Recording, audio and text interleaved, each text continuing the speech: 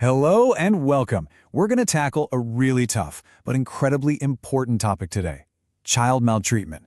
Now, the whole point of this isn't to scare you, but actually to empower you. Because when we understand what it is, how to spot it, and what we can do to prevent it, well, that's how we all help build safer communities for our kids. So let's get started.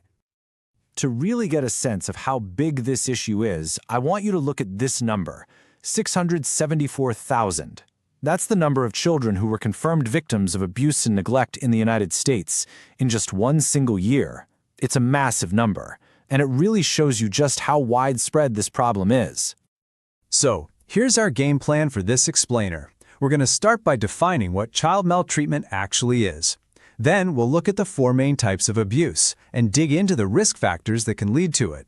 After that, we'll cover how to recognize the signs, what your role is in reporting, and we'll finish up on the most important topic of all: prevention and hope. All right, so first things first, what do we even mean when we say child maltreatment? Let's get a really clear definition on the table. The official definition covers a lot of ground. It's basically any type of abuse or neglect of a child under 18 by a caregiver that either causes harm or has the potential to cause harm. And that word caregiver is really key here. We're not just talking about parents. It could be a teacher, a coach, a family member, really any adult who has responsibility for a child. And here's the truly heartbreaking part. The most vulnerable victims are the very youngest. More than a quarter of all victims are kids under the age of 3. And infants, babies under 1 year old, they face the absolute highest rate of victimization. That vulnerability just makes it all the more urgent for us to understand what's happening. Okay, so let's break this down even further. Maltreatment generally falls into four main categories. Let's take a look at what each one looks like. First up is physical abuse. This is any physical injury that isn't an accident. And it's important to realize this covers a huge spectrum. Everything from what might look like a minor bruise, all the way to broken bones, or, in the absolute worst cases, even death. Now, within physical abuse, there's one form that is just devastating. It's called abusive head trauma, or AHT. You've probably heard it called shaken baby syndrome before. It's a catastrophic brain injury, and it's 100% preventable. And the consequences? They're just staggering. Get this, at least 1 out of every 4 babies who suffers from abusive head trauma dies. And the ones who survive, they almost always have to deal with serious, lifelong health issues. You know, AHT often happens when a caregiver just gets overwhelmed by a baby crying and they just snap. Which leads us to the most critical question: what's the alternative? What can a totally exhausted and frustrated caregiver do in that moment? There are clear, healthy things you can do. First, try to figure out why they're crying. Are they hungry? Does their diaper need changing? Then try soothing them. Rocking, singing, a warm bath. If you're feeling at your wit's end, call someone, a friend, a neighbor, a family member. And if you're all alone, it is absolutely 100% okay to put the baby down safely in their crib, walk out of the room, and take a few minutes to just breathe and calm down. The second type of maltreatment is sexual abuse. This covers a whole range of horrible acts, from fondling to exploitation. The stats here are just gut-wrenching. About 1 in 4 girls and 1 in 13 boys experience some form of it. The trauma from this can echo for a lifetime. Third, we have emotional abuse. This is all about a pattern of behavior that just tears down a child's self-worth. Think constant criticism, threats, rejection, just making a child feel worthless. And because the scars are invisible, this kind of abuse can be incredibly hard to spot, even as it's doing serious damage. And finally, we have neglect. This is actually the most common type of maltreatment. It's the failure to provide for a child's most basic needs: food, clothing, shelter, medical care, you name it. But there's a really important distinction to make here. Just being poor is not neglect.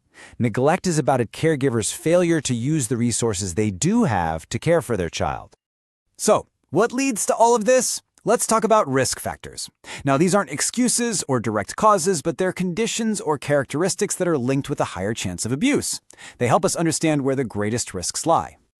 And these risks can exist on a bunch of different levels. For a caregiver, maybe they don't understand normal child development, or they're struggling with addiction, or maybe they were abused themselves as a child. Then you add in community-level factors, like being socially isolated or living in a violent neighborhood, and all that stress just gets amplified, raising the risk even higher. Okay, let's get into what is probably the most practical part of this whole discussion: recognizing the signs. Knowing what to look for is the very first step toward being able to help a child. The signs can show up in both the child and the caregiver. You might see a child who suddenly acts out or seems terrified of going home.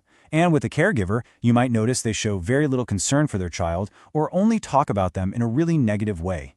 Now, it's so important to remember, these aren't proof of abuse. Think of them as red flags. But when you start seeing a bunch of them together, that's a serious reason for concern. So, what if you do see those signs? What if you suspect something is wrong? What are you supposed to do? That brings us to the crucial topic of reporting. You know, some people, like teachers, doctors, and daycare workers, are what we call mandated reporters. That means, by law, their job requires them to report any suspicion of child abuse. But, and this is the part I really want you to hear, you do not have to be a professional to make a report.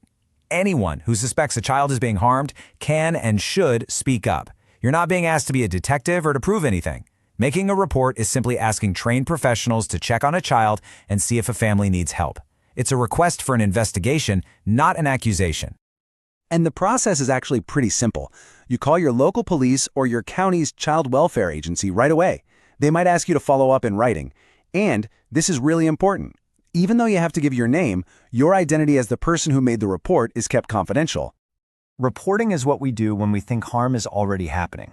So let's finish by talking about something more proactive, something more hopeful, prevention. How do we stop maltreatment from ever happening in the first place? The answer is all about building up what are called protective factors. And when you look at this list, it's not rocket science, right? It's about stable relationships, parents who have the skills they need, having basic needs met, and having caring adults in a child's life. These are the things that make families strong and resilient. It's really what building a supportive community is all about. At the end of the day, protecting children isn't just one person's job. It's not up to one single agency. It is a responsibility that we all share. So I'll leave you with this question to think about. What role will you play in creating a safe, stable, and nurturing community for every single child?